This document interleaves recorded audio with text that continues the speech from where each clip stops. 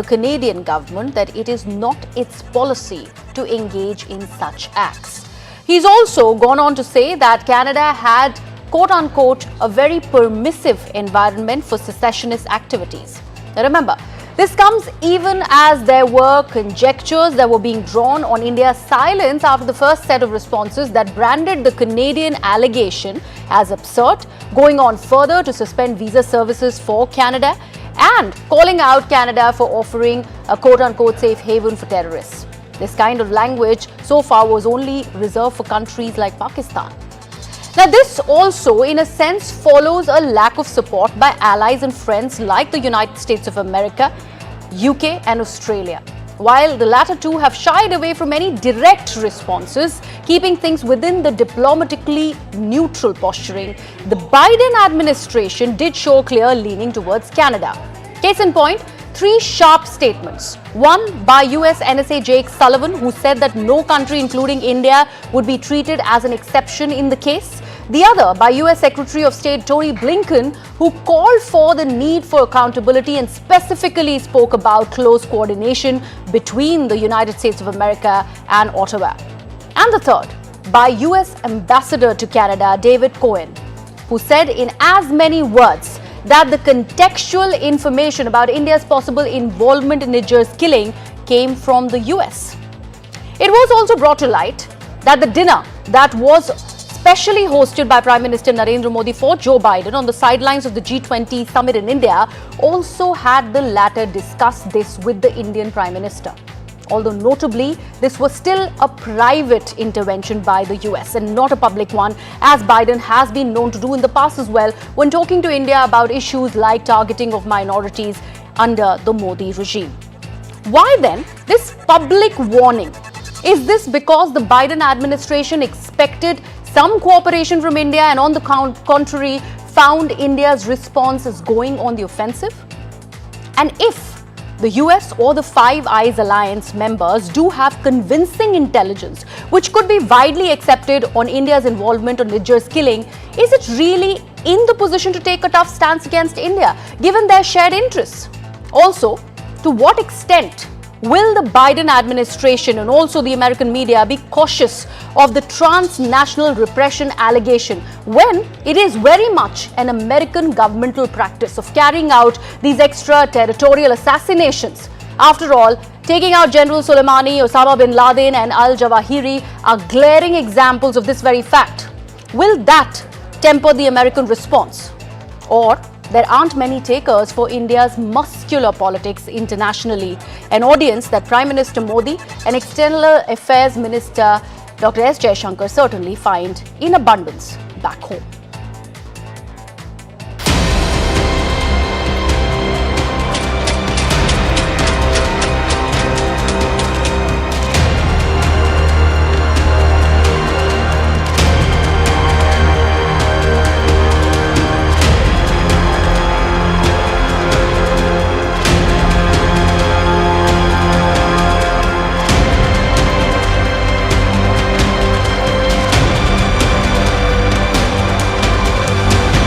Because we've seen and continue to see the extent to which democracies are under threat through various means of foreign interference.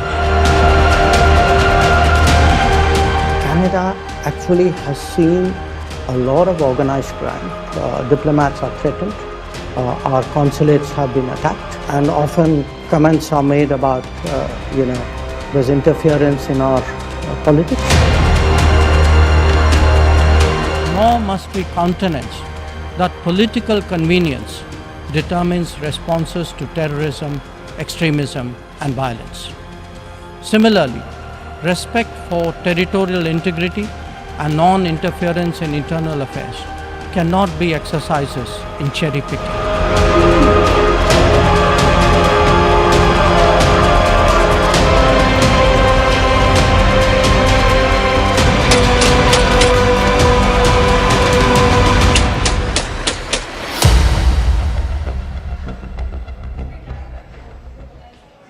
Let's now talk more about External Affairs Minister Dr. S. Jaishankar's response that we have been, in fact, basing this debate on. During an event at the Council of Foreign Relations in New York, S. Jaishankar elaborated on India's response over Canadian allegations. We are giving you a point-by-point reference of what all has he said. Now, S. Jaishankar first goes on to say that if Canada has proof, it needs to show us. That is the first argument that he goes on to make, something that India has been making ever since Justin Trudeau made the allegations inside the Canadian Parliament. Lot of organized crime and violence in Canada. Here's where Mr. S. Jaishankar is refraining for holding down any words. He is in fact accusing Canada of harboring a lot of organized crimes, of giving that safe haven to terrorists and other separatists and secessionist tendencies, elements in Canada, and that's something that he's reiterated here. Proof of extremism operating out of Canada. Further goes on to make the same point. If we go further, he also says that diplomats are threatened, consulates attack, something which we have seen as a fair enough example in the past where things are getting reported out of Canada which really speak about the same thing.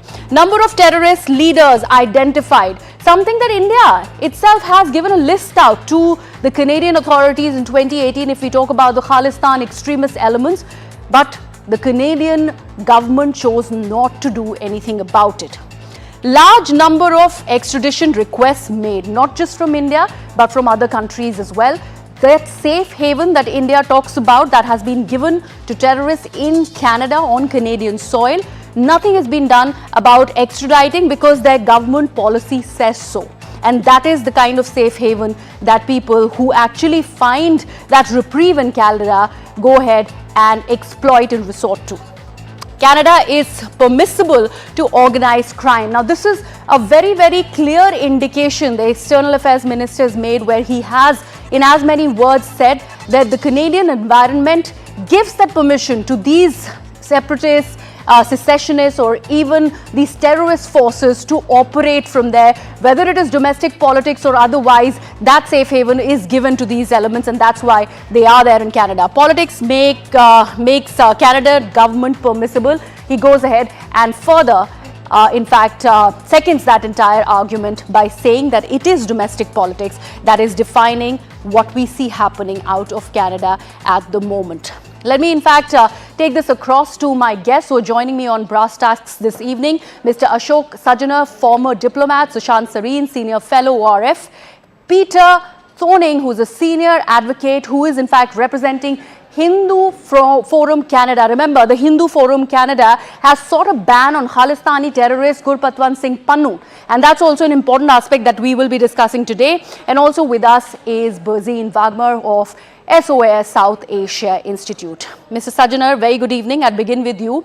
First of all, talking about the response that has now come in from Dr. S. Jaishankar, considering there was so much that was spoken about on why the EAM is not responding. There was a statement that was released by the Ministry of External Affairs at the outset through the spokesperson, Mr. Bagchi, but nothing, no pointed response coming in from Dr. S. Jaishankar. Now that he finally has, do you think it's apt? Do you think it's delayed? Or do you think he's been forced to respond? No, I don't think it is delayed. I don't think he's been forced to respond. I think Dr. Jaishankar has responded at the time when he needed to respond. Because I think what needed to be said on the 19th, when Mr. Justin Trudeau made these baseless allegations, he calls them credible allegations, but of course he has not furnished any evidence, any proof to substantiate these allegations, and they were responded to by our official spokesperson saying that they are absurd and motivated. I think that was quite adequate to define these particular allegations. So he did, in his own statement to the UNGA, he did say that political convenience should not determine the response of countries to terrorism or to extremism violence. I think this was definitely a response to, an appropriate response to Canada. And then he got an opportunity, he got a platform at the Council on Foreign Relations. And he made it out very clear that this is not Government of India's policy. Government of India doesn't do this extraterritorial killings. And number two, that we have till date not received any relevant or significant information on this. So you know what you mentioned, Griha, right at the beginning, that the Americans might be upset that we have not taken any action. But you know, if we have not received any relevant information, there is no basis on which we can be expected to take action. So to respond to your question, I think Mr. Dr. Jaishankar's response was very appropriate, very But Mr. measured. Sajjana, no, I mean, I'd like to I actually think weigh in here. I did not say that America is kind of upset that there is Yeah, no sure. response coming in from India. My point is that is America taken aback with the kind of response that India has given? They were not really ready for the offensive that External Affairs Minister or the Ministry of External Affairs has been known to in fact have in situations like this. Of course, this is an unprecedented situation, but do you think America was not really ready for it? And that's why that public outing has come through a series of statements, whether it is Mr. David Cohen, whether it is Mr. Blinken, or for that matter, Mr. Sullivan. And remember, Mr. Sullivan and Mr. Blinken have been India-friendly figures that we talk about. Yeah, I would imagine that they still continue to be India-friendly figures. I would still imagine that they are, you know, the India relationship is a very significant relationship. I think even at the level of the president, it has been mentioned that it is, and even Jake Sullivan has mentioned that this is the most significant partnership for the United States. So I don't think that they are, you know, inimical or they have changed their position on as far as that is concerned. So I think we have to look at for reasons as to why these statements have come. But again, to respond to your question directly, I think definitely the Canadians would have been taken by surprise. Maybe they did not expect such a muscular response, such a robust response. But I think Canada and America, as well as the whole world, should recognize that this is a new India. This is not the India of the past. You know, this India will fight for its rights. And you know, when we find that, you know, even without Griha, and I think you must appreciate this, even without the investigation having been completed, you know, the political leader weighs in and, you know, makes these charges against India. There has not been a charge sheet that has been filed. You know, these are matters, sorry, which are really done by the police. They are, you know, investigation of a crime is not undertaken by the political leaders. They have to wait for the investigative agencies to come up with some results. Obviously, the investigative agencies have not come up with any result. They don't know who killed him. No arrest has been made. No FIR has been issued. And the Prime Minister stands up and says that we have credible allegations. You know, it doesn't square up. And India has to call that out. And India did what it needed to do. If it has surprised some of our friends and partners, so be it. But I think they have to realize that you can't sort of, you know, there cannot be, as the External Affairs Minister said, there cannot be different rules for one for yourself. Yes. That, you know, if it is a terrorist, I can go around kill him. Yeah. If it is your terrorist, then, you know, he'll be labeled as a freedom fighter. So I think this is hypocrisy, which the External Affairs Minister had no qualms in calling it out. Mr. Sareen, on this very point that Mr. S. Jaishankar spoke about, when it is about these extraterritorial killings, or for that matter, the sovereign integrity of one's land, it cannot be a cherry-picking environment for the same.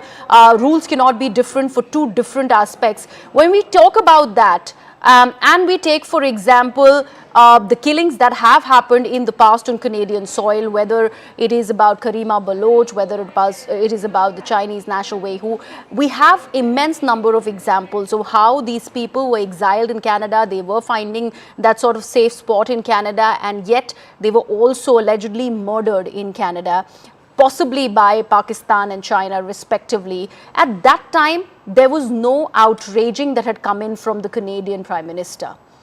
Why now that selective approach of Trudeau is being questioned? How do you read that in context of Mr. Jaishankar's statement as well? Look, in fact, in the case of the other dissidents who have been killed, not only was there no outrage from Mr. Trudeau or anybody else in the Canadian system, there was an active cover-up in whatever happened. And they came out, giving a clean chit without having gone into any kind of investigation, despite the Yes. fact that there were serious apprehensions to their life. But on the whole, on what Dr. Jaishankar said, I think he was responding to and in a sense, without naming Canada, he was making India's position very clear on the kind of sneering hypocrisy which we see from some of these Western countries. You were talking about this statement of transnational repression. Frankly speaking, I don't think that applies to us. Where have we done transnational repression? In fact, the people who have done transnational repression perhaps are the people who have coined this term transnational repression. Number one. Number two, there are other countries which have been notorious for transnational repression, if at all, that it can be called that. So I don't see, all that stuff which has been said either by the Canadian representative during his talk at the UNGA or by the Americans and the various statements that we're making. They don't apply to us. So I don't see why, we need to be defensive or we need to, be responding to those No, but statements. Mr. Sareen, it's one thing to say that it doesn't apply to us. The other thing is that there's a lot of nitpicking on statements that are happening when it is about diplomacy. Now, the statement by External Affairs Minister can also be read in that context, that he is possibly brazening it out. If India has done it, so be it. It can be read as that posturing as well, because Prime Minister Narendra Modi, India is right now known for that kind of muscular politics, and it has been acknowledged also. Whether that acknowledgement internationally is coming or not is the big question, because domestically it is working. But don't you think that it can be read in two different ways if the External Affairs Minister says that why cherry pick on this aspect? No, look, he is saying that, look, if you are talking about a rules-based order, then the rules have to apply equally to everybody. Yes, absolutely. So, no, you can't say that I have made the rules, but I can break them whenever I want to break them, right? Those same rules don't apply to me, because clearly they don't apply to these guys. The Americans go about like a bull in a china shop around the world and do whatever they have to do. Now, if you point that out, people say that, look, why are you saying this? Why should we not say it? So what we are saying is that, look, we made our position very clear. If you have any evidence, bring it out. Now, just yesterday, I believe, this guy, his sidekick, Trudeau's sidekick, that Khalistani terrorist, Jagmeet Singh, he has come out with an interview. Even in that, he said the headlines, again, you see, look at the way the Western media manages the headline. The headline says something, but when you read the story, the guy very clearly says that, no, there was really nothing very specific, nothing which, you could say was a clinching evidence. So they literally have nothing. What they are now doing is they are saying that, look, I am accusing you. You please put a noose around your neck and hang yourself, even though there is no evidence against you. Then we have no proof against you. If you have the proof, please bring it out. You claim to have such great intelligence services and everything, and you have now said that there were 6 people involved. Now, clearly, those were not diplomats like Mr. Sajjanar who were going and in getaway cars and bumping off people. Indian diplomats don't do that stuff, right? Yeah. So, obviously, there were some people, probably locals. Let us assume they were hired. If they were hired, they were locals. Why haven't you arrested anybody? Why haven't you detained anybody? You haven't questioned anybody. But you have come out openly with your bat swinging and guns firing at India. And you expect us to take his lying down? Okay. I'm sorry, it doesn't happen. And if they say that we've exchanged information with us, with India, and India says that, look, yeah, you've spoken about it, but you've not given us any evidence. You've just said that there are these apprehensions or something to that effect. How is that? How does that implicate us? Right. But then there is one second, Griya. There's then the issue of the principle of carrying out these kind of attacks. Now, should that principle not apply equally to everyone? I am no defender. By God, I tell you, I swear on my children, I was one of the happiest people when Osama bin Laden was taken out. I think that was the right thing to do. But Osama bin Laden was taken out not in a quote unquote rogue state, as some editors of The Economist call it. Right? Osama bin Laden was taken out in a country which probably even now is titled a major non NATO ally. You never bothered to inform them. You carried out a covert raid. You bumped off people, 6, 7, 8, 10 people. You took a body away, and that was all kosher, right? And you've done it in various other places. So the point is that if that principle applies, then that principle has to apply equally to everybody, Absolutely. including to these people. Absolutely. So Mr. Thorning, let me bring you in here. Talking about the law and order situation, and Mr. Sareen, thank you so much for that point. In fact, when you talk about what is happening on Canadian soil, since you are representing the Hindu Forum Canada, they have in fact requested that Pannoon should be implicated for whatever he is doing on Canadian soil, finding that kind of safe haven, for the want of a better word, I'm reusing this one word, this one phrase that has been used by the MEA also, and that's the accusation, the counter accusation that has come in from the Indian side. And for the evidence are far too many that all of these secessionists, terrorist elements, or probably organized crime syndicates, all of them are finding that safe spot in Canada. Pannoon is part of that same sort of a coterie. What is it that you see happening in Canada right now? Because even when we talk about Nijjar's killing, the kind of intel that we've received is that the Canadian police, even the Surrey police, together could not really do anything for a good 20-30 minutes when the killing took place.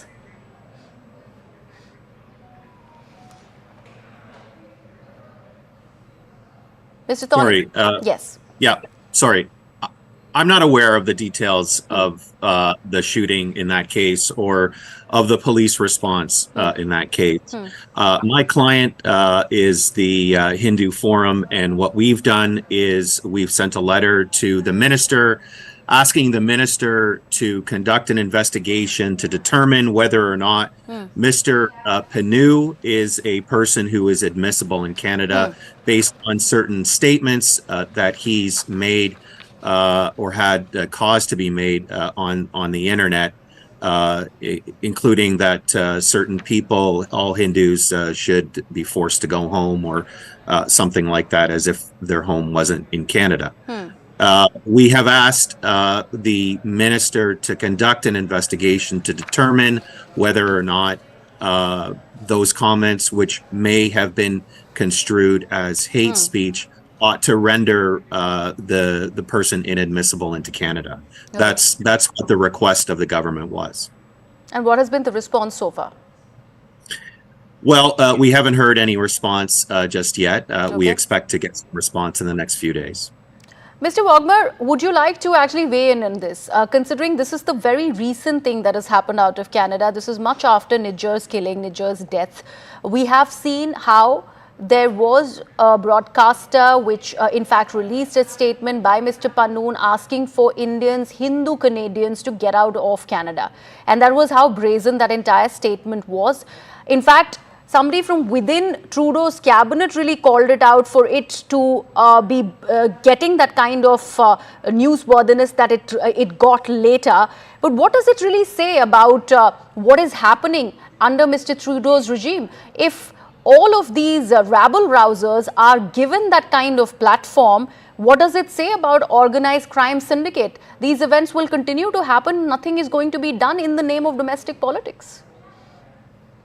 Ethnic relations, for example, South Asian ethnic relations between Hindus and Sikhs will deteriorate on Mr. Trudeau's watch, who for all purposes and intents is a faddist politician given to woke, fashionable causes.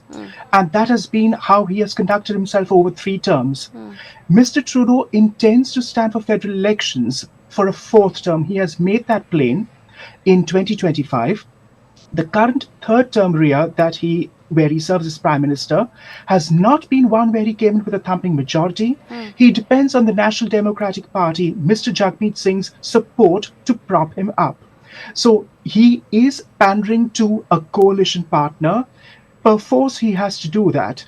And we know what Mr. Jagmeet Singh's Khalistani irredentist politics are, like so many others in the Canadian scenario. And more to the point, it has also, from what I envisage, become personal. Like I mentioned, Mr. Trudeau tends to be a faddist politician given to edgy liberal views. He has taken it upon himself to, how shall I put it, get Modi. It's not so much India or Mr. Nijar or the Indian deep state or Indian intelligence.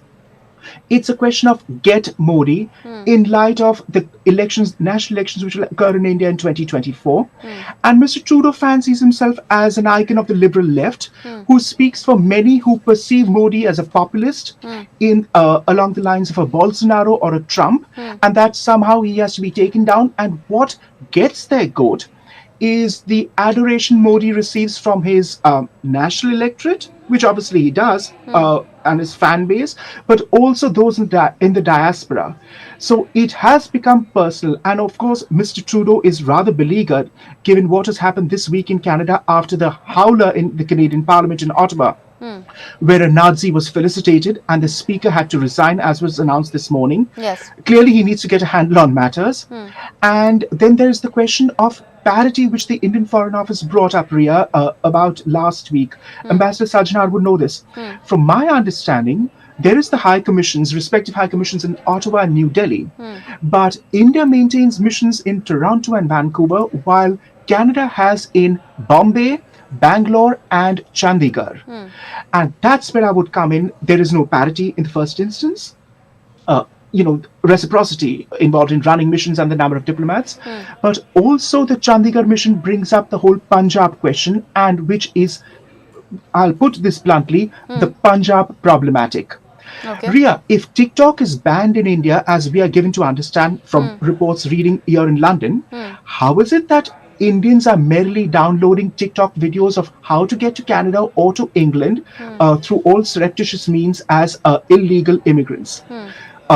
Indians are the third largest group of illegal channel crossings coming into England. And Ria, they all happen to be, they all happen to be from the state of Punjab, which is ostensibly the most prosperous state in the Indian Union. So what exactly is driving them here? The drug addiction problem that you have in Punjab, the rural drug addiction problem to the tune of 77%, the criminal rate, the lumpen elements, they make their way to Canada, as we've seen with all these arrests, which I'm sorry to say, are rather belated on the part of the National Investigative Agency in India, and ought to have been done, quite frankly, a bit ahead. That's also a tit-for-tat reaction. But Mr. Wagner, on the point that you're making, that Trudeau is out there to get Modi, let's actually get Mr. Sajjanar's response on that. Mr. Sajjanar, when it is remember, about... there are 55 billion reasons for Canada to be reticent and for these things to be taken cautiously, because Canadian pension funds have invested in India to the tune of $55 billion,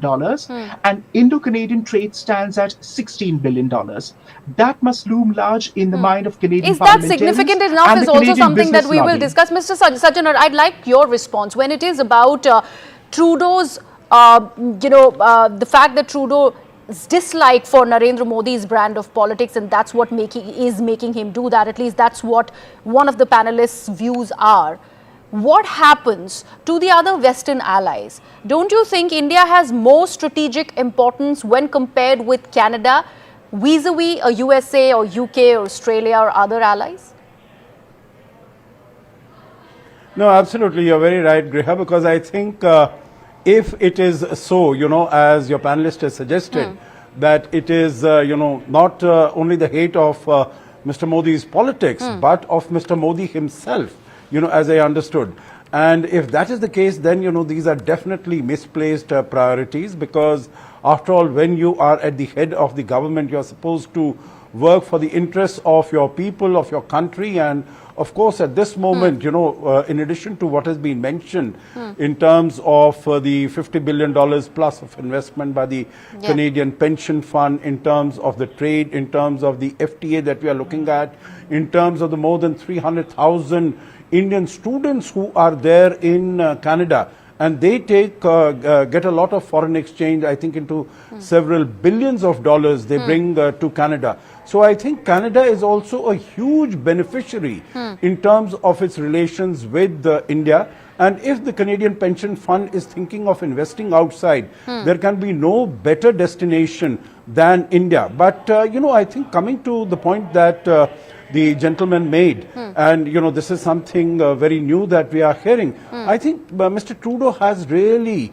in the process of committing slow harakiri, because, Mr. Modi is not only popular, passionately popular within his own country, but even outside. I think the importance, the significance, the relevance of India is growing so much for all the right reasons, whether it is, and I don't want to take it only in the context of China, but I think what India represents, India as the largest democracy, that, what Mr. Biden had said, democracies can succeed, the democracies with all the freedoms, elections, etc., and the economies can do well. We have, and even in the last 4-5 years, notwithstanding the COVID pandemic, notwithstanding the war that has been hoisted upon the whole world, India has continued not only to grow but also to continue to do reforms. To make reforms. Mr. Sareen, would you agree to that point? Because post G20, there was that posturing by India of the Vishwa Guru image. Do you think that was dented because of the allegations that Trudeau... Vishwamitra now. Vishwamitra, of course, and due to the allegations that Trudeau made. Yes. And in that context, if we talk about the responses that have come in from the Five Eyes Alliance partners also, is it not also putting and questioning Trudeau, because they have not fully supported the entire statement? It's not like a full-throated response in support of Trudeau.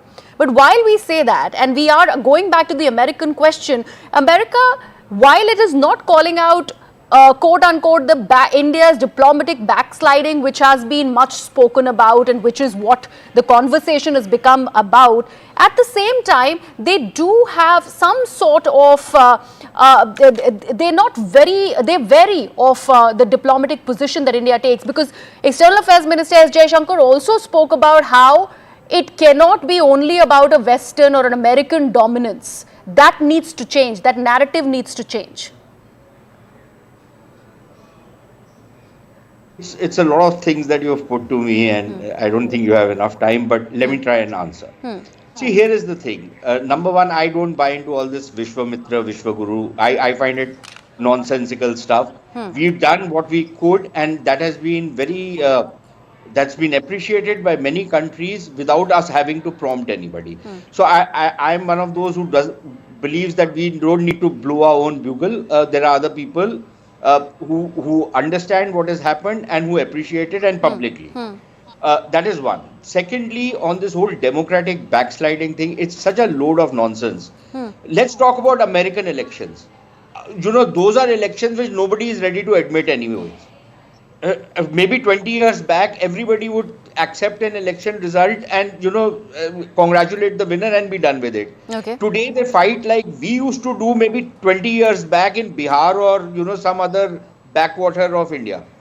Today, nobody questions an Indian election. And then you say democratic backsliding. In what form? In what way? Please tell us what has happened in specific terms. Okay, yeah, odd incidents have happened, but don't odd incidents happen in Canada or the US? Isn't there a complete breakdown of law and order in major US cities? Isn't there racism in the US police and in a range of other things? I have serious objections to the kind of gender mutilation which is being done of small children. This is what Nazis used to do. Incidentally, Nazis are appreciated and applauded in the Canadian Parliament. Is that not backsliding, democratic backsliding? I could go on and on and on. If I want to be a drain inspector, I can be a better drain inspector than many of these guys, right? The question is, do you want a relationship with India or not? Okay. We are not your pittus. We are not people, that you order and we'll sit down, and you order and we'll stand up. We are not a Pakistan. If you think that you are getting another Pakistan as a friend in the form of India, you are not going to get that, right? We have our own agency. We have our own interests, which we want to protect. Just because you tell us to stand up when you want us to stand up and sit down when you want us to sit down, that's not the way things are going to work. If the West cannot understand this, it's their problem, not really ours. All right. On the other thing, Griha, on the whole on the whole, this pension fund and all, I think we are going far too ahead of the curve on this one. I don't think things are that bad also, but the feeling of dislike, I think, as far as India and Canada on Trudeau is concerned, is mutual.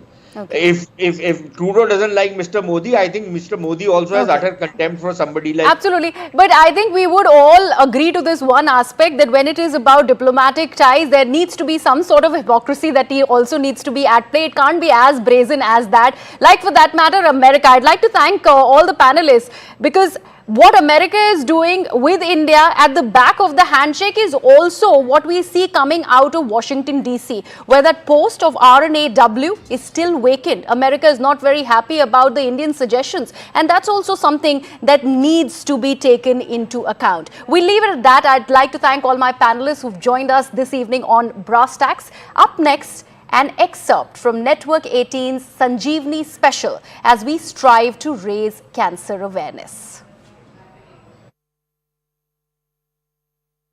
Thank you very much, doctors, for joining us. It is indeed enlightening to have such a galaxy of oncologists to chat with about something that we seldom talk about here in India, and yet it is something that plagues each one of us, our families. All of us know someone or the other who has fought against cancer, and we also know someone who has won over cancer. So if we can find a template, if we can find, as they say, a formula to detect early and to fight cancer, what may that formula look like? So that's what we'll try and attempt through the course of this conversation. I want to start with Dr. Talwar. There was this WHO report which suggested that 1 out of 10 Indians are likely to get cancer, and it's only going to get worse over the next decade or two. Could you give us an overview of what the situation is vis-a-vis cancer in India compared to some of the other countries around the world? And more importantly, is there evidence to suggest that early detection helps fight cancer faster and better? Thanks for the question. As it has been already alluded, the incidence, that is the new cases which come in India, it's about 15 lakhs. 15 lakhs per year. But this figure would be a very bourgeois figure, because the detection of cases, I think it would be much more than this. So having said that, if you have 15 lakh cases in a year, that itself poses a big problem, not only to the person who's suffering, to the family, and of course to the national exchequer. So cancer screening is a very, very important tool to, sift out the areas where we can cut out these costs, because India itself is a very, very price sensitive market. And all of us know that when I, as a physician, I treat a cancer patient, I am not treating the patient, I am treating the whole family. It is a totally different ball game as far as the other diseases are concerned. So if you take an example, say cervical cancer, you have the infection with the human papilloma virus at, say, day 1. But for it to become a proper cancer, it takes about 10 to 12 years. So if you can cut that in between, cut it short anywhere, you are doing great justice. You are not only reducing the burden of disease, but then you are treating, you are able to treat more people in a lower cost, and of course you get higher success rates. So that way, I believe cancer screening is very, very important. But for that, you have to have the infrastructure. Yeah. You have to have the health education portals. You have to have the logistics. And of course, you have to have a dedicated team who can take care of all these things. So these are the 4 pillars on which one can work on. And of course, you have to have a very good data management system where you can capture the cases. And as it has been told earlier, India is not just like any small European country where Correct. you can, if anybody coughs, you can capture that. You have the east where you have the mountains, you have the west, you have the deserts, you have the north, you have the snow, and you have the south. So it's so diverse, so that, every area has to be individualized, and it has to be according to the nuances of that place. So definitely Sure. cancer detection is very, very important. Dr. Agarwal, you've been in this business of spreading awareness that cancer is curable, and you've been saying this across the country for the last 50 years now. There is a statistic that 40% of cancers can be tackled simply by dealing with diet, nutrition, physical activity, etc. Could you elaborate on that a bit more? Because as Indians, we are a little infamous for our diet and for lack of physical activity. So first of all, Zaka, taking a cue from the health minister, it's not a business. So we are actually looking at service of people whom we want to cure and we want to detect early.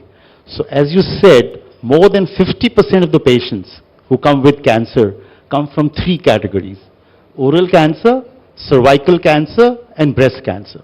And actually, cancer is a lifestyle disease. How come lifestyle disease? Tobacco chewing is a lifestyle habit. So if you stop, chewing tobacco or smoking tobacco, you get rid of almost 30 to 40% of cancers which are associated with tobacco chewing and smoking. So it's an absolutely preventable disease. It's very easy to say, stop growing tobacco. I think the previous speakers did mention a little bit about that. But what about the farmers who are growing it, who are earning money from there? So it has got to be the vision of the Ministry of Health to see to it, and even the Agriculture Ministry, to provide alternative, means of income for people who are growing tobacco, number one. Number two, cervical cancer now, for example, over the last 20 years, actually was number 1 cancer. Now it has come down to number 2 in women. Breast cancer is number 1. Why? Because the hygiene has improved over the years of women who are living in towns and small, rural areas, as was pointed out. So actually cervical cancer has come down. Now coming to third common cancer, which is breast cancer. If you look at the West, almost, 80% of cancers are detected in first or second stage. Here it's vice versa. It's the opposite. Why? So many people sitting here. How many women after the age of 40 years are going for breast mammograms? Hardly anybody. So I think there's a dearth of, as Dr. Vineet said, people are not health conscious. So, that education is very important. Availability of mammography machines is important, not only in the big towns, but also in the small, district levels and even in the rural areas. So NGOs are doing a lot of good work by, going from town to town and going to rural areas with the mammography machines. I mean, people are talking of AI. Correct. So, recently there was an article where they said, actually AI can pick up more than 20% cases as compared to 2 doctors who are reading the mammograms. So there is a model available. So you can implement that. You can get the AI in detecting, more number of cancers in the same mammogram by using 1 AI machine and 1 doctor. So I think those kind of things have to come in. And oral cancers again can be detected very easily by doing an oral checkup. So, 40-50% of the cancers can either be prevented or detected early, provided the ministry has the will.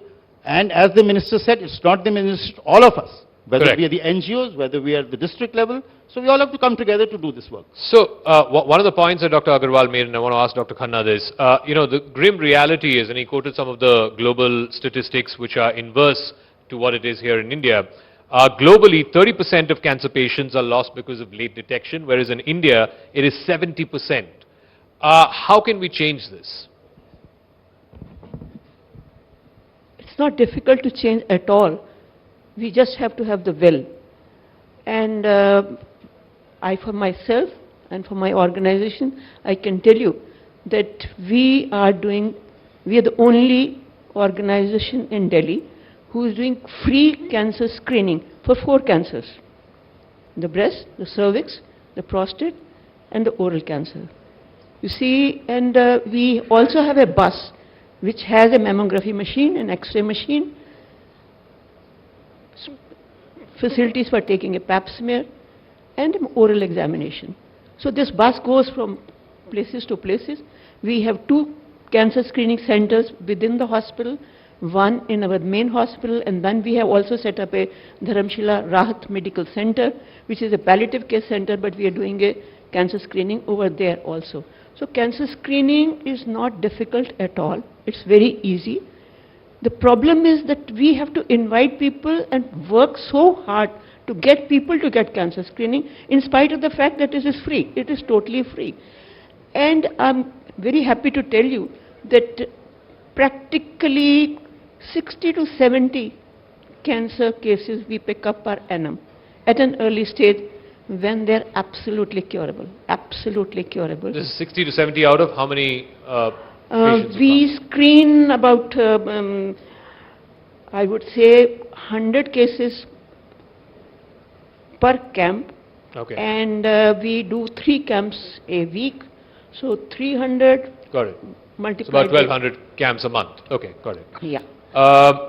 You know, one of the points that was made, and I think it was mentioned earlier as well, Dr. Agarwal referred to this as well, so I want to ask Dr. Pimple this.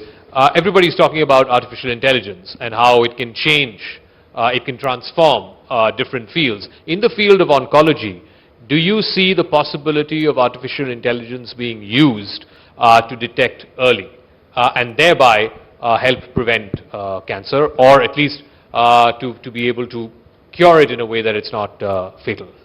Well, so artificial intelligence has tremendous potential, no doubt about it, okay? But it has to be, developed and tested well, okay? Validation, verification of what the technology is, whether it is able to correctly identify, whether we are overdiagnosing, okay? So all these aspects have to be tested, validated in a proper research environment, and you'll have to undertake that kind of a research to prove that indeed the technology is working. And lot goes into the making of the technology also. Now we see plethora of devices coming up with AI technology. Look, now there are WHO guidelines in terms of how these devices are to be looked into. It cannot be that anyone is approaching with an AI. AI has to be built in terms of if we take the example of mammography, AI in mammography also. Thousands and millions of images have to be collated, okay? That kind of data inputs have to go into that particular software or technology before it can be tested, and then you have to look at overdiagnosis and aspects, okay? It has to be, standardization techniques, okay? How it has to be applied, and then second, last but not the least, where the technology is going to be applied. For example, screening is different from diagnosis, okay? So the AI technology also has to be tested, whether we are going to use it into the field situation, population-based situation, or in a hospital context, okay? So lot before, it can be actually made applicable into population-based settings or adopted into a generalized setting. So lot goes into the thing. So, Dr. Talwar, you wanted to make a point on the AI adoption in oncology. Yeah, what Madam has said is absolutely right. I just wanted to add that wherever you have mundane tasks where you want a high throughput analysis, like you have lakh patients and you want to see what is the hemoglobin of one patient. So you can put it through the AI, and if a guy does it, say in 100 hours, AI would be able to do in a fraction of a second. Okay, got it. So high throughput. I want to get closing comments. Again, as Indians, one of the other things that we keep talking about is genetics. We know in the case of, for example, cardiovascular diseases, doctors put a premium on if you have a history of heart disease, you're likely to get heart disease. Does that necessarily apply for cancer? Right, so I think this is a very important question. So only 5% of patients with cancer have hereditary gene, transmission from parents to, to offsprings. But cancer is a gene-based disease. Why does cancer happen? Genes get mutated or they get abnormal over a period of time. So we acquire these, because they said children don't get cancers. Why do adults and the, elderly people get it? Because of the environment, because of smoking, because of drinking. It's a lifestyle disease. So the more, you behave, misbehave with your system, the more genes get mutated. So it is a genetic disease. So therefore, all the patients, I think Harsh Mahajan is here. We're doing next generation sequencing today to diagnose cancers, which genes are abnormal. And we've gone a long way there. We've got drugs now which target those genes, And targeted therapies become the treatment for several cancers, not 1, 20, 30, 40 cancers. Cancer is not one disease. Cancer is 200 types of diseases. And there are like 20,000 types of genes which can become abnormal. So it is a genetic disease, but it is not hereditary. It is not given from the parent to the child. You acquire it during your life, and it takes several years to become 1 centimeter. Sure. So it takes 5 to 6 years to become 1 centimeter as a result of genes getting mutated over a period of time because of the nature, because of the environment, because of your lifestyle habits. So the challenge is, and perhaps the solution also is, to test early and to fight surely, which is the tagline of our Sanjeevani campaign. I'll give the final word to Dr. Khanna. So when Dr. Agarwal said it's a lifestyle disease, what is the one thing that you see which is most prevalent amongst Indians, which is a bad lifestyle habit, which you reckon they should change? I wouldn't say it is one, there are multiple of them. Yeah, but the most. The first most important is our tobacco and alcohol. That's Tobacco and alcohol use, okay. And all the oral cancers is responsible, not only oral cancer, other cancers also are related to that. Number 2 is our diet. You see, our eating style, what we are eating and what we should eat, and the things are getting from bad to worse.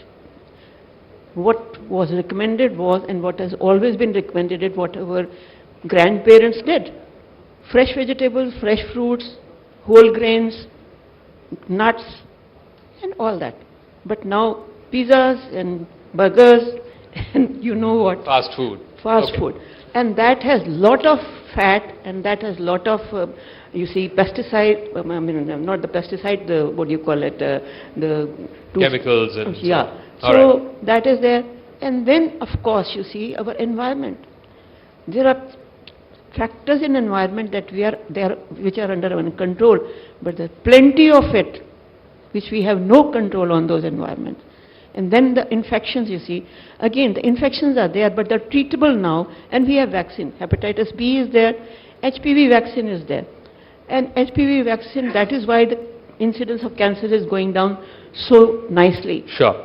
Dr. Pimple, I'll give you the final word. Taking off from one of the points that Dr. Agarwal made, if it takes 5 to 6 years for a cancer to grow 1 centimeter, why then are we not detecting it early enough? Well, so that's a good question, because you'll have to differentiate between what we are saying, that easily available technology, okay, that it is easy to screen, okay, but why aren't we, implementation is the thing, okay, which we have to focus upon now. It is not about the screening tool. We may be having the best of screening tool, and the screening tool could be adopted as per the resources, but the uptake, implementation strategies, going to the people and community mobilization, motivation, okay, why aren't people taking up screening, okay, that's one aspect, okay, of implementation research which you'll have to look into. Today the uptake is not very great actually, if we say that we are screening, the actual screening is, active screening is not happening. Even among the non-communicable diseases fold, what we are doing for screening is, we are doing diabetes, we are doing hypertension, but the actual screening is not happening. Women are not coming up, okay. Now we'll have to look at overall cancer education awareness or component also. Is there any stigma attached to it? Why are not women coming up, okay? Sure. These are examination of the private parts. So there are so many things into context, and then of course the sustainable availability of the logistics, okay, health manpower training, sustained effort towards that, and continuation and sustenance of this particular program in implementation. And last but not the least thing, screening tool is not the only thing. Linking screen positives, okay, to appropriate diagnosis and treatment, and scaling up the infrastructure accordingly for cancer diagnosis and treatment is equally important. Probably we are losing out on that. 10 seconds after to wrap up. So the biggest problem in the world is that the tools which are available, the imaging, whether it is a CT scan, MRI, PET scan, does not pick up disease which is less than 7 millimeters or 5 millimeter or 1 centimeter.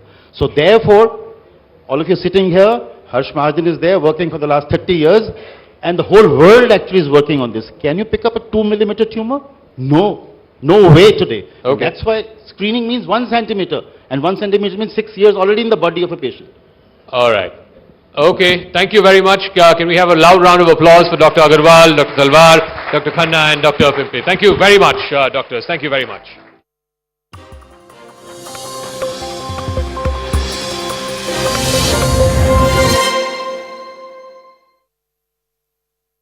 Presented by. I am really thankful to the people of Kerala for staying together during the flood time, and this is a tribute to the Kerala people, the Malayalis, the Indians. So I am very happy and I am very much honored to get this. What is I can't express my happiness over the phone. I'm really happy.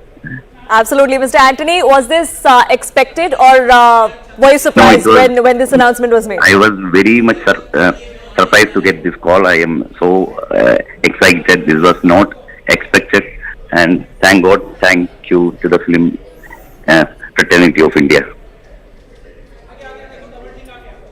One last question before I let you go. Have you spoken to any of your cast or crew members? Have you spoken to... No, this is the first call I got regarding the same, so I have to call them after this call, get connected and disconnected, and I have to call my family, or everybody will be waiting for this. Absolutely. Thank you so much for speaking with us here on CNN News 18. Congratulations to you and to your entire team. We do hope to catch up with you and the team perhaps later in the day as well. But thank you so much for speaking with us here on CNN News 18. 2018, the Malayalam film is official entry of India to the Oscars. It was a 22 shortlisted movie list, out of which we now see 2018 as the chosen one. It is the chosen entry to the 2024 Oscar Awards. This is a film that is a survival drama. It talks about tales of despair, it talks about tales of hope, and those of unsung heroes as far as the Kerala floods are concerned. Floods and stories that Kerala had not witnessed in decades together. All of that was brought from real to real, and that is going to be India's official entry to 2024 Oscar Awards. On that note, slipping into a quick break, back in just a few minutes.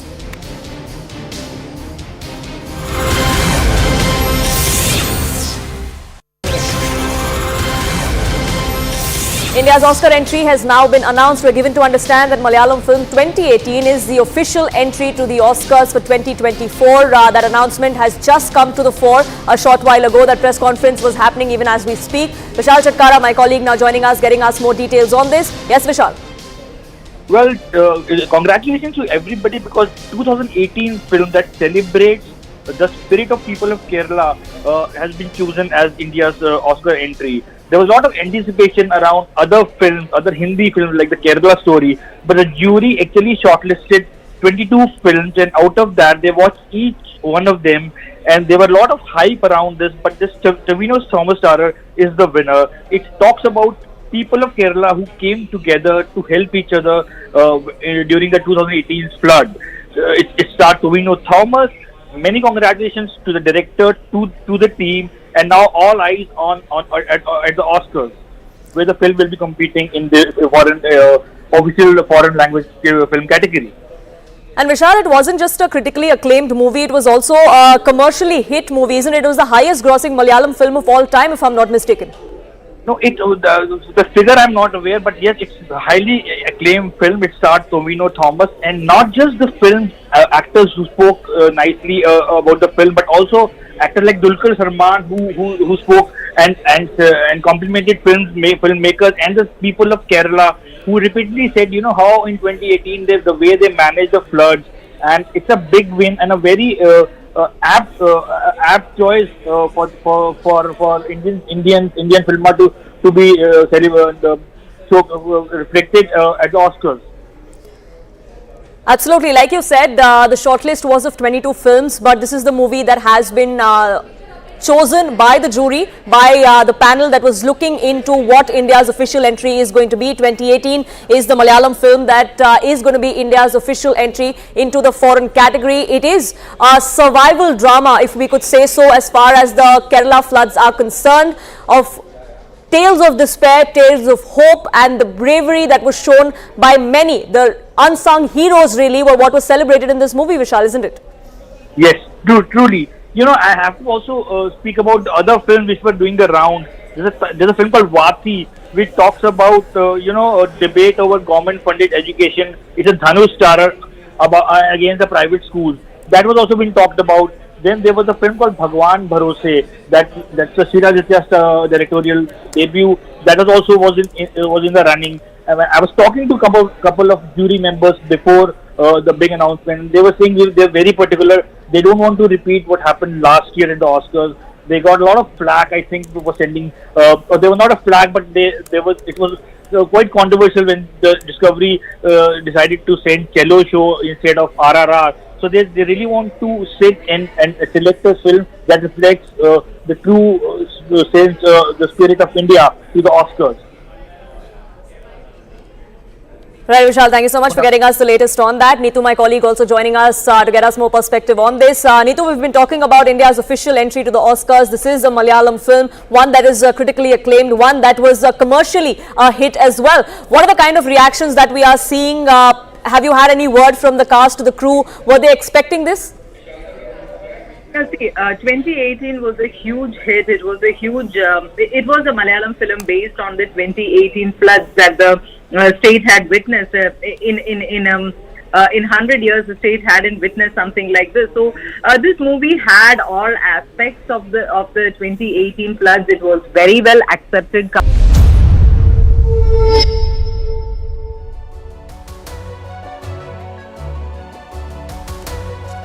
Hello, Namaskar. This is First Post and you're watching Vantage with me, Palki Sharma.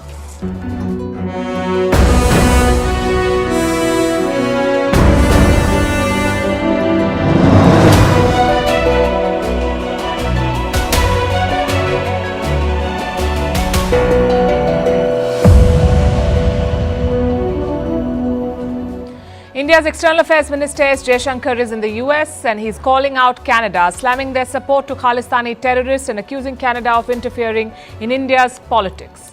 Positions have been hardening on both sides and every aspect of this relationship has been hurt. Tonight, we look at trade again. Given the latest developments and trends, is a trade war in the making? And what will it look like? In other news, China's property bubble is bursting and Beijing is looking for a fall guy. They've arrested the chairman of Evergrande, the most indebted developer in the world. Russia is supplying cooking gas to Pakistan. We'll decode the politics and economics of it. Biden's biggest challenge is walking without falling. His team has a plan to prevent the president from tripping, but it's not working. India's edtech giant Byju's is in the news again. They're firing another 4,000 people. In Iraq, more than 100 people were killed in a fire at a wedding party. And what is Kenya doing in Haiti? All this and more coming up. The headlines first. North Korea expels US soldier Travis King. The 23-year-old was detained in July after he crossed the border from South Korea. Pyongyang claimed that King defected to escape mistreatment and discrimination in the US Army. King is now back in American custody. Iran says it has successfully launched a new military satellite. It's the latest display by Tehran of its aerospace technology. The US has repeatedly warned Iran against such launches. Washington says the same technology can be used for ballistic missiles. Tehran claims its rocket launches are for defense purposes only. In India, violence flares up in Manipur again. Fresh protests over the killing of 2 teenagers by suspected militants. The teens were missing since July. Mobile internet services have been suspended for 5 days in Manipur. All schools have been closed till Friday. The US will let Israelis enter the country